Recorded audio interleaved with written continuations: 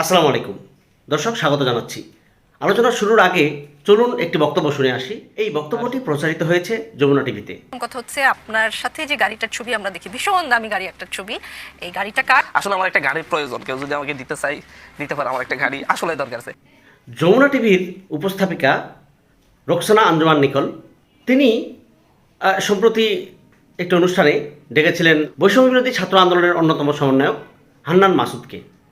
এই হান্নান মাসুদকে তিনি প্রশ্ন করেছিলেন যে আসলে একটি গাড়ির ছবি দেখানো হচ্ছে এবং এই গাড়িটি নাকি হান্নান মাসুদের ৪৫ লাখ টাকা দিয়ে এই গাড়িটি কেনা হয়েছে। তো এই ঘটনার সত্যতা কতটুকু? তো হান্নান মাসুদ খুব মজা করে বললেন, কি বললেন আগে একটু শুনে আসি, চলুন। আসলে আমার একটা গাড়ির প্রয়োজন, কেউ যদি আমাকে দিতে চাই দিতে পারে, আমার একটা গাড়ি আসলে দরকার আছে। ভাগ্য ভালো যে হচ্ছে মেট্রো রেলে যে উঠেছি, আমি কোনো ছবি ফেসবুকে পোস্ট দিই না, আজকে আমি মেট্রো রেলের মালিকও আমি হয়ে যেতাম। এখন কথা হচ্ছে, আপনারা যারা সাংবাদিক আছেন আপনারা তো দেখেন আমাদের যাতায়াত পুরোপুরি আপনাদের কাছে, আমাদের রিপোর্টের আছে, আমরা আপনাদের কাছে কিছু বলার নেই। আপনারা এতদিনে যদি কিছু পাইতেন যে হচ্ছে, তাহলে এতদিনে রিপোর্ট করে অবশ্যই আমাদের অবস্থা খারাপ হয়ে যেত। অলরেডি আমি এই যে আমাদের বাংলা ট্রিবিউনের সিনিয়র সাংবাদিক শাহিদ শরীফ ভাই, উনি নিজে একটা রিপোর্ট করেছেন, বের করেছেন গাড়িটি কার, কীভাবে কী গিয়েছে উনি নিজেই। আমি কখনো জবাব দিতে পছন্দ করি না, আপনি জিজ্ঞাসা করেছেন বলেন, দিয়েছি। ওকে, এখন আসল কথায় আসি। বিষয়টা হচ্ছে ফেসবুক সহ সোশ্যাল মিডিয়ার মানে এমন এমন খবর দেওয়া হয় যে খবরগুলোকে আমরা খুব সহজেই বিশ্বাস করে ফেলি। আমি একটা মানুষকে নিয়ে কিছু প্রচার প্রপাগান্ডা চালাবো যেটা মিথ্যা, যেটার কোনো সত্যতা নেই, আমি ফেসবুকে দিয়ে দিলাম বা সোশ্যাল মাধ্যমে দিয়ে দিলাম, আর মানুষ নিয়ে এটা নাচানাচি লাফালাফি শুরু করলো। কেন ভাই? এমন মানে আমাদের এই সময়টা খুবই আপডেটেড। সেই সময়ের সাথে আপনি নিজেকেও তো আপডেট করতে হবে, তাই না? আপনি যাচাই বাছাই করবেন।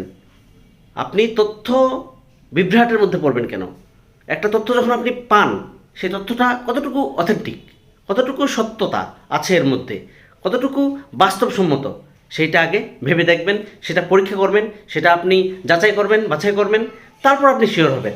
আপনি যাচাই বাছাই না করে আপনি কি করেন? আপনিও শেয়ার দিয়ে দেন। কিন্তু এতে হয় কি? এতে যেমন আরেকজন মানুষকে ছোট করে দেওয়া হয়, আরেকজন মানুষকে মিথ্যার মুখোমুখি দাঁড় করিয়ে দেওয়া হয়, একটা জাতিকে ভুলভাবে উপস্থাপন করা হয়, একটা মানুষকে ভুলভাবে উপস্থাপন করা হয়। এটুকু তো কমন সেন্স রাখতে হবে আমাদের। আমরা সোশ্যাল মিডিয়ায় যা পাই তাই মানে সত্য হোক মিথ্যা হোক যাচাই বাছাই না করে আমরা শেয়ার দেওয়া শুরু করে দিলাম, হাজার হাজার লাখ লাখ শেয়ার।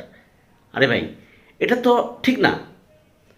আপনি আপনার জন্য অবাধ স্বাধীনতা রয়েছে, তথ্যের অবাধ স্বাধীনতা রয়েছে, আপনি যা ইচ্ছে তাই করতে পারতেছেন।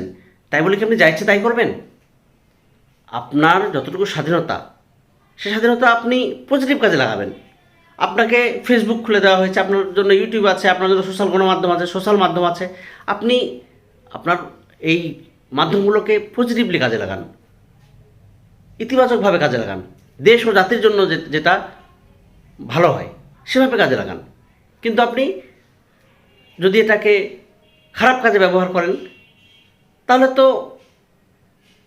মানে আলটিমেটলি জাতি ক্ষতিগ্রস্ত হবে, তাই না? আলটিমেটলি একটা জাতি ক্ষতিগ্রস্ত হবে, এটাই বাস্তব। আশা করি আমি বুঝাতে পারছি। আমরা কোনো গুজবে কান দেবো না, আমরা কোনো গুজবের মধ্যে নেই, আমরা কোনো গুজব শেয়ার দেবো না। আমরা যে কোনো তথ্য পাওয়ার আগে অবশ্যই যাচাই বাছাই করব, তারপর আমরা এটা নিয়ে কমেন্টস করব, শেয়ার দেব। এটাই হোক বাস্তবতা।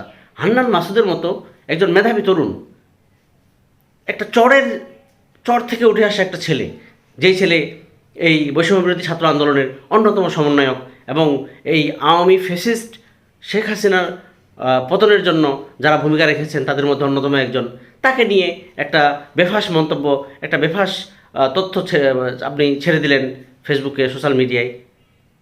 মানে এটি ঠিক না। এগুলো থেকে আমাদের বেরিয়ে আসতে হবে। শুধু আমি তাদের ক্ষেত্রে বলবো না, আমি সবার ক্ষেত্রে বলবো। বিএনপির ক্ষেত্রেও একই কথা বলবো, আওয়ামী লীগের ক্ষেত্রেও একই কথা বলবো, জাতীয় পার্টি জামাতের ক্ষেত্রেও একই কথা বলবো, যে আপনারা সত্য নির্ভর একটা গণমাধ্যম হিসেবে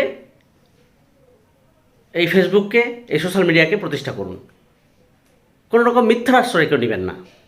গুজবে ভর্তি, মানে আমার টাইমলাইনে যা দেখি বেশিরভাগই হচ্ছে গুজব, যার কোনো সত্যতা নাই, মিথ্যা বানোয়াট ভিত্তিহীন।